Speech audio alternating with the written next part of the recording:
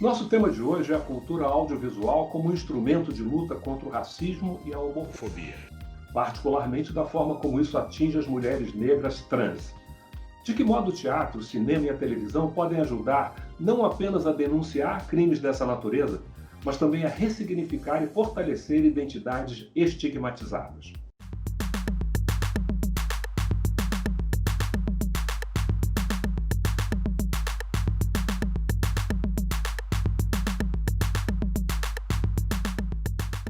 Eu acredito que hoje, finalmente, a gente começou, né? Começou ainda a passos lentos, finalmente trazer a representatividade para o teatro. Né? A representatividade é um termo que nós trans utilizamos bastante, mas que também cabe, né? A representatividade negra, por exemplo, que cada vez mais tem conseguido conquistar, né, os teatros de todo o Brasil. Já não era sem tempo, com a população que nós temos, com a história que nós temos enquanto sociedade, era fundamental que o teatro trouxesse as histórias, as relações, as questões daquelas pessoas que nunca foram mostradas, nunca foram refletidas em cena. Nos últimos anos, finalmente, a gente começou a ter isso, né, no nosso teatro, tanto com pessoas negras como com pessoas trans, e isso é maravilhoso. Eu acredito que a dramaturgia negra, ela revoluciona a dramaturgia, ela revoluciona o teatro e ela revoluciona o próprio mundo, ao trazer para o centro de observação, de reflexão, o corpo negro. Finalmente, a gente eleva a percepção da sociedade geral, do corpo negro, do corpo trans, dos corpos dissidentes como os corpos pertencentes à arte. Eu acho que essa é uma conquista enorme para nós enquanto artistas e enquanto seres humanos. Nossa convidada de hoje é teatróloga, roteirista, atriz e cineasta. A primeira mulher negra trans a atuar em todas essas áreas. Com 20 anos de experiência no teatro, já escreveu mais de 10 peças, entre as quais se destacam Carne Viva, encenada em Portugal, Kiwi e Transtopia. É também responsável pelo roteiro do curta-metragem 35, premiado nos Estados Unidos e na Argentina, e da nova temporada da série de televisão Sessão de Terapia. Hoje fomos conversar com Lu Maza. É um prazer muito grande para nós recebê-la em nosso programa. Conte para a gente como é que você começou, como é que você enveredou por essa carreira do teatro, especialmente de roteirista. Bom, eu sempre gostei muito de escrever desde criança e minha mãe, professora, me levava sempre ao teatro. Então, eu juntei essas duas coisas que eu gostava tanto, que era escrever e o teatro. E desde criança comecei a escrever cenas. E quando eu tinha 12 anos, mais ou menos, eu começo a estudar teatro, a fazer cursos, oficinas. E aí, nesse período, né, eu entendo que aquelas cenas que eu fazia desde criança eram dramaturgia, né? E aí eu começo a levar esses textos para o teatro, né? Para além de ser atriz, eu começo a querer contar as minhas histórias e escrevo, depois começo a dirigir essas histórias para que elas ganhassem o palco, né? E faço uma carreira longa no teatro até chegar em 2018 eu recebi um convite e aí eu começo a escrever também para o audiovisual, né? Então eu escrevo um curta-metragem chamado 35, escrevo a série Sessão de Terapia, e aí desde 2018 então para cá eu tenho aliado aí o teatro, o cinema, a televisão como diferentes plataformas para contar essas histórias, né? Você diria que você tem uma grande fonte de inspiração nesse seu trabalho?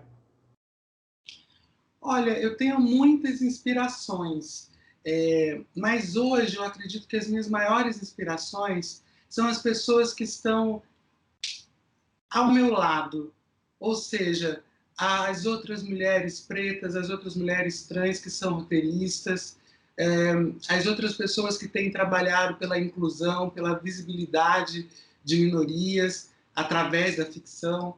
Então, eu poderia falar de Renata Martins, Maria Chu, Jaqueline Souza, Alice Marconi, Felipe Caetano, Daniel Veiga. Quer dizer, esses nomes, que são as pessoas que estão escrevendo comigo, assim, né? A gente não trabalha juntos, mas cada um ali está ocupando um espaço, e é por um estar num ponto que os outros estão ocupando outros, né? Então, eu acredito que essa grande frente de coletividade para ocupar esses novos espaços é algo muito importante. Então, esses meus companheiros são a minha maior inspiração, eu acho, para seguir hoje, sabe? E como é que você começou a atuar como atriz? Então, como eu te contei, a minha mãe me levava ao teatro desde criança. Nós também tínhamos um amigo da família chamado Carlos Henrique Casanova, que era um diretor de teatro infantil no Rio de Janeiro. Então, eu acompanhava as peças dele desde criança e sempre fiquei muito interessada pelos bastidores.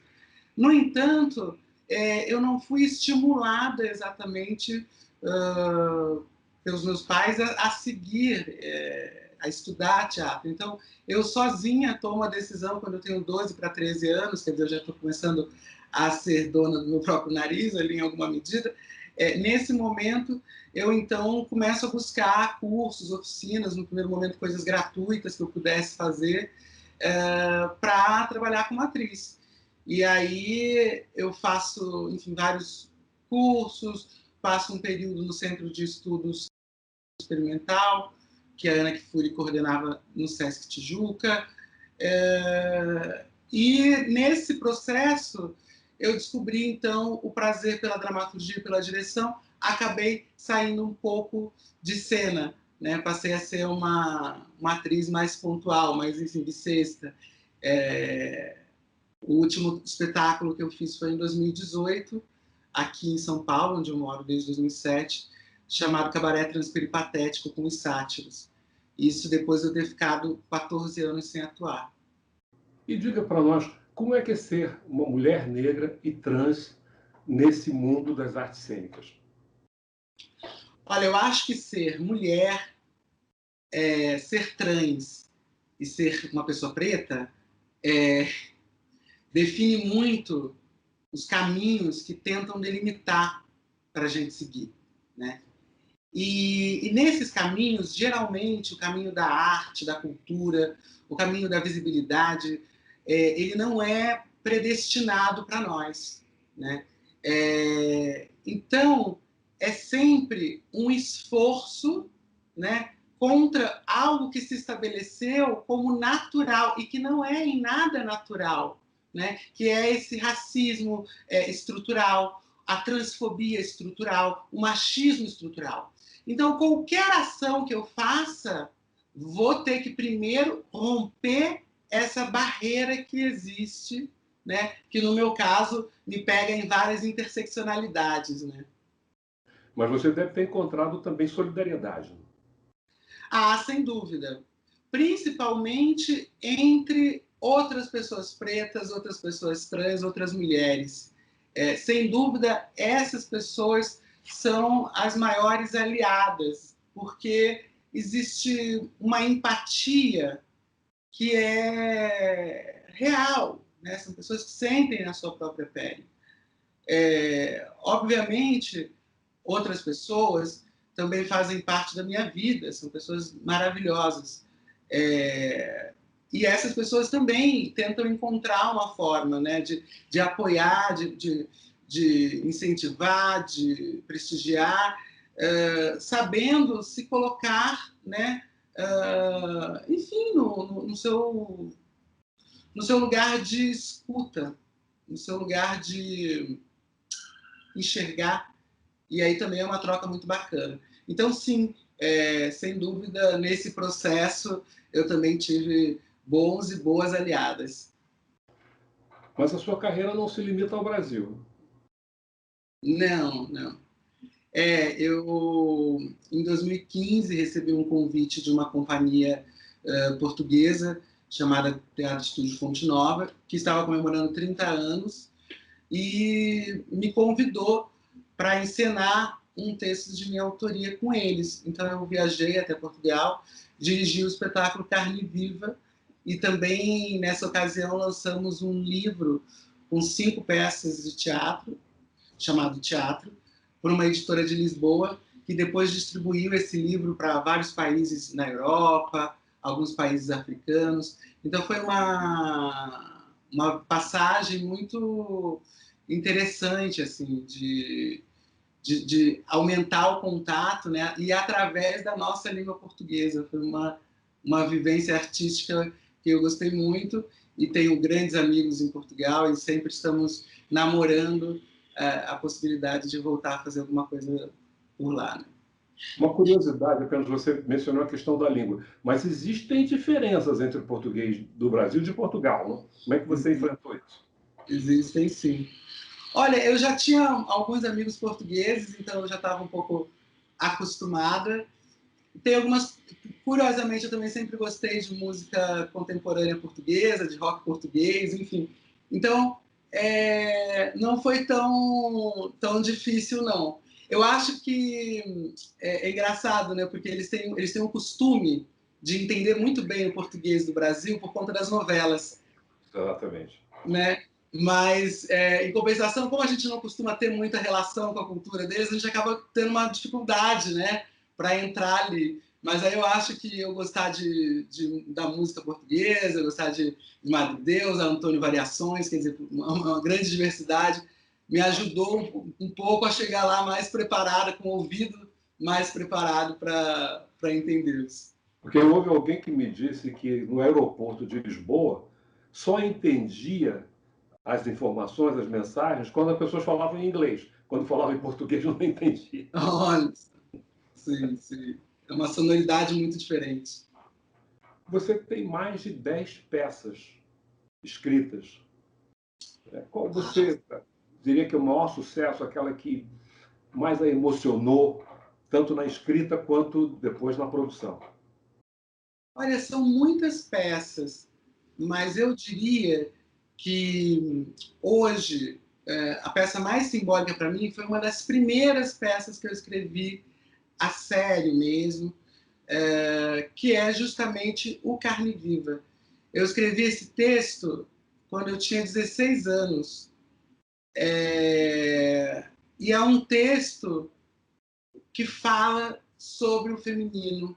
É um texto que fala sobre